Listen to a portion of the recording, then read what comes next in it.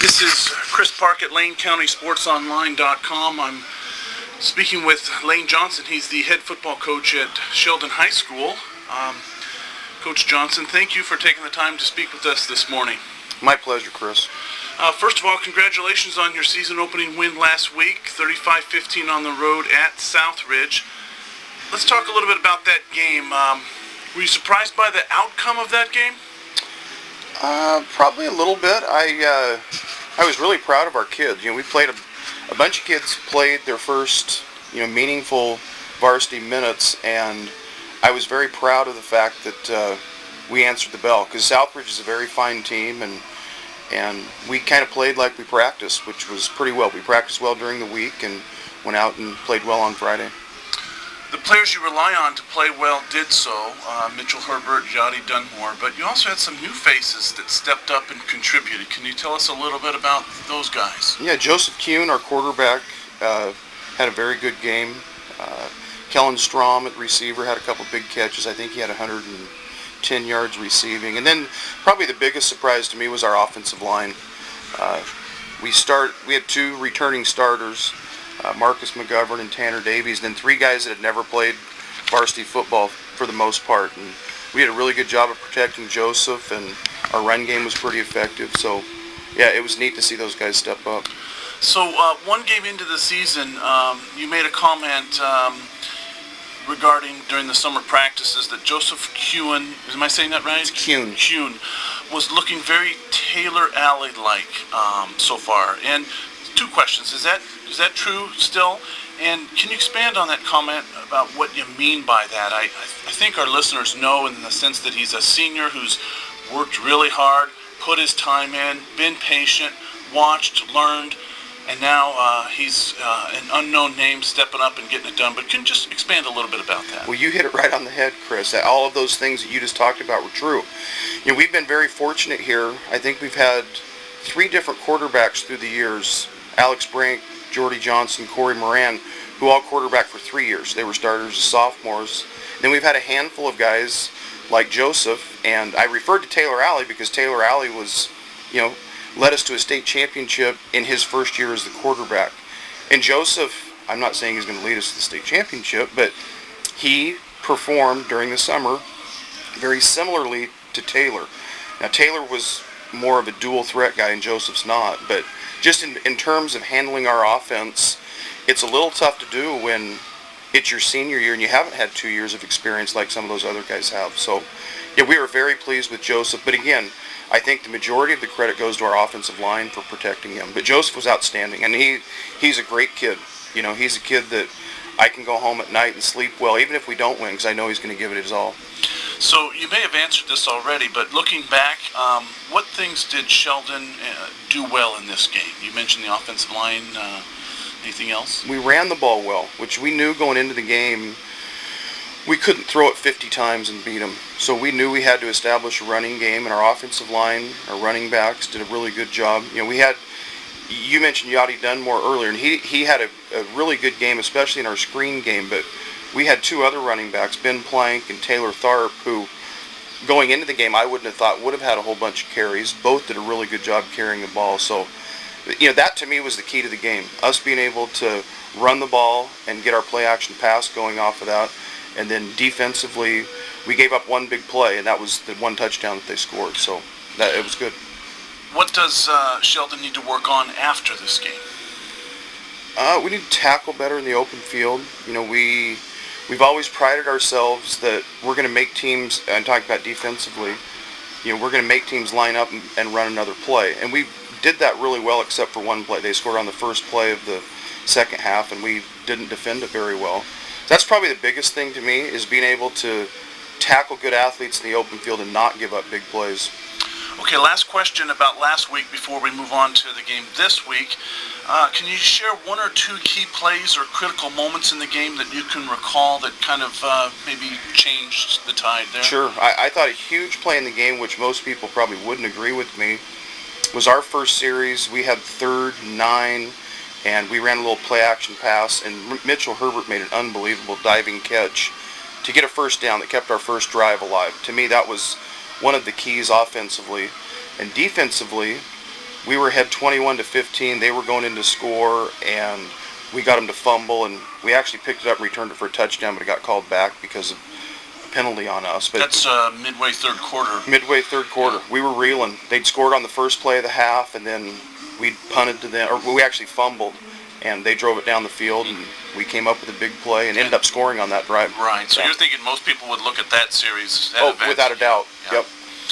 Okay, so looking ahead to next week, you have Central Catholic at home, who won last week versus Grant 55-14. Have you seen any video of Central Catholic, and what do you know about the Rams? We have seen video, and they have outstanding talent. They have Ryan Nall, who's he got a full ride to Oregon State. Connor Humphreys is an offensive lineman. He's going to Arizona State. They have the Scarlett kid, running back, whose older brother was a All-American in high school. He's only a junior, and they think he might be the best player they've ever had. So they always have outstanding talent, and they look really, really good on film. And it goes back to what I said earlier. We're going to have to tackle them in space. We're going to have to run the ball against them to beat them. Okay. So last year, Sheldon won the game against Central Catholic. That was in Portland? It was. Okay. Do you anticipate a similar style game? Yes. They haven't changed offensively or defensively. We really haven't changed offensively or defensively. And they probably, if you just lined up athletes, they probably have better athletes than us. But I think you could have said the same thing last year. We just made enough plays last year to get them by a touchdown, and I'm hoping that the game would be similar this year. They have a senior quarterback who missed the game last week, I believe, against Grant, but they did run for 450 yards, 600 total offensive yards. And you mentioned their running back, Scarlett. He had over 200 yards and 3 touchdowns, so it looks like they can move the ball. No doubt. And their quarterback, who's been offered a scholarship by Portland State, did not play last week, but he's scheduled to play this week. He had a hairline fracture in his thumb, and I think had they played us last week, he probably would have played. But yeah, they pose a whole bunch of problems, and they ran all over Grant. It sure appeared that Grant had good athletes, so the task will be big for us, but our kids like playing in games like this. What about the Central Catholic defense? They've got, you mentioned, I believe, is it a DN that Connor Humphreys plays? He's going to go to Arizona State. Ryan Nall, I think he might be the other DN. He's got a verbal to OSU. How do you motivate your guys this week? Is it a little easier, when you can talk to your linemen and say, hey, look who you're going up against. This is your chance to prove something?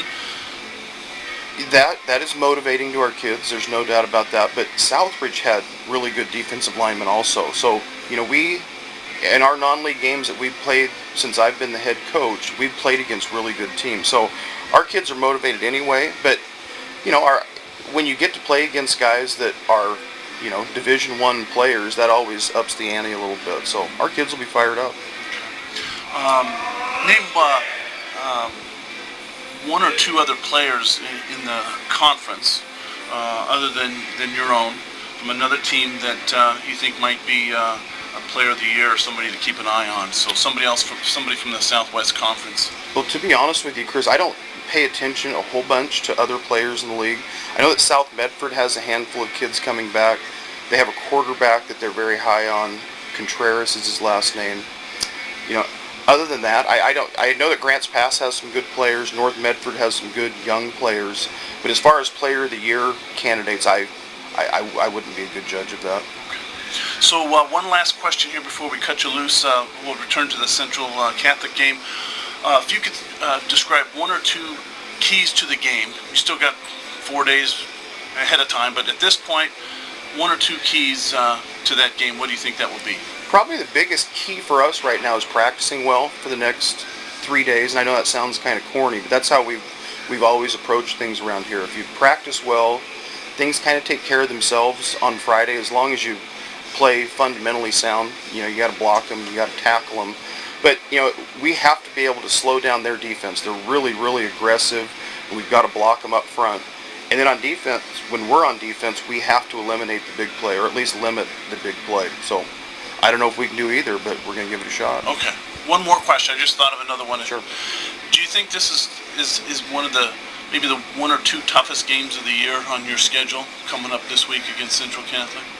they might be the best team on our schedule. I haven't spent a whole bunch of time worried about our conference games just because Central Catholic's our next game. We'll worry about South Eugene when we get to them next week. But yeah, I would say Central Catholic, in most people's mind, has possibly the best talent in the state, and it'll be a chore on Friday night. We're going to have to play really well to get them.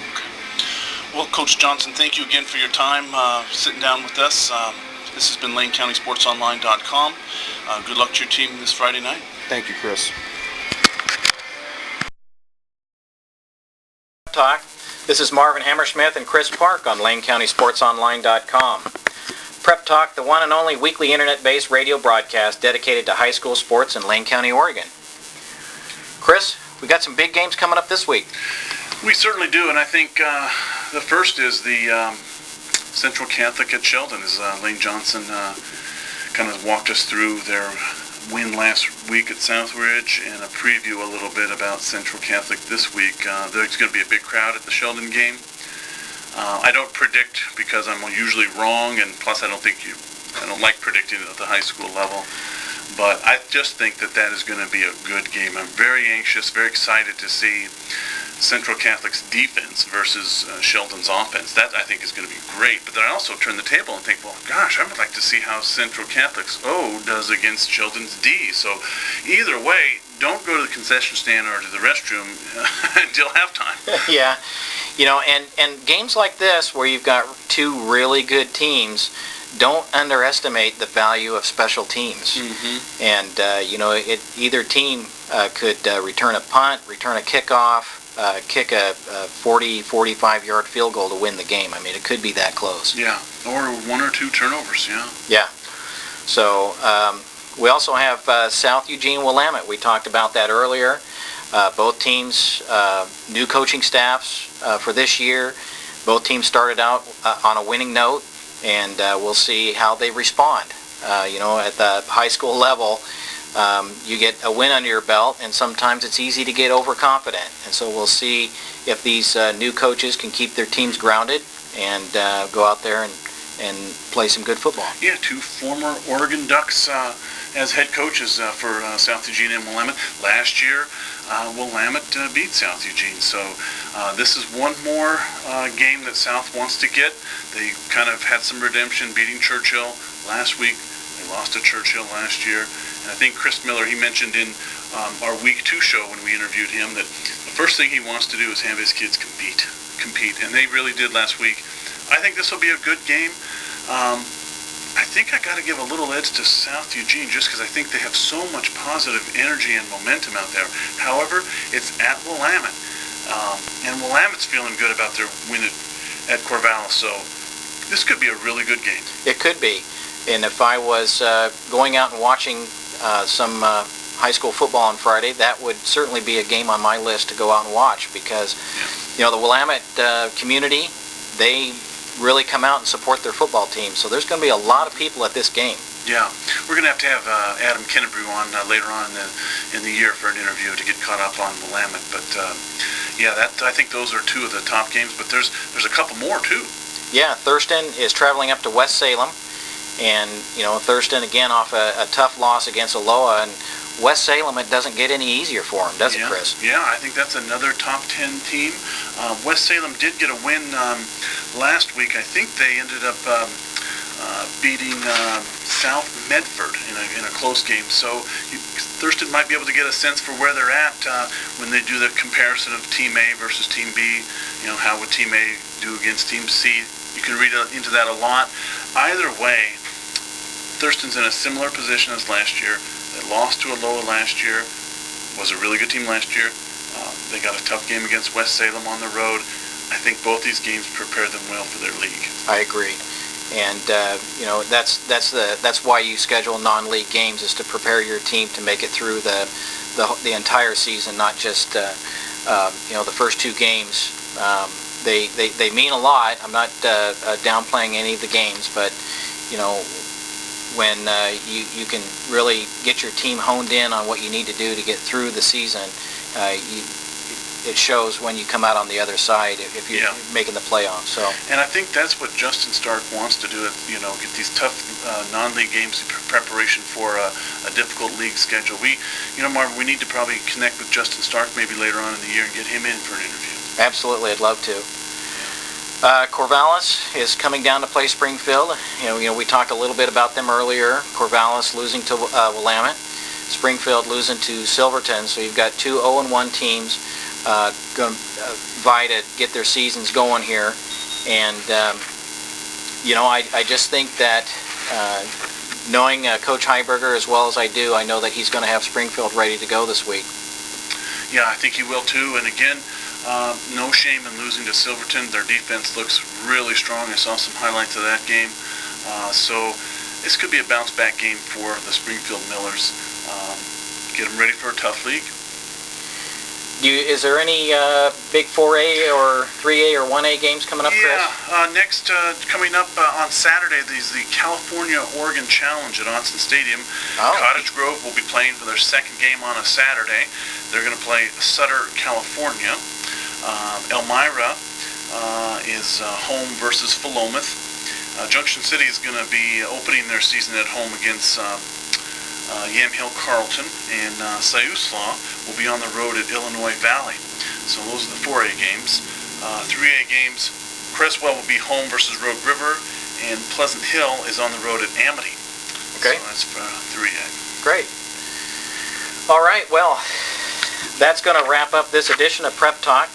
Make sure to tune in for our next show, where we'll have another riveting interview. As always, check the website, LaneCountySportsOnline.com, for the schedule and for accessing archive shows. I'm Marvin Hammerschmith. And I'm Chris Park. And you've been listening to Prep Talk. Until next time, goodbye.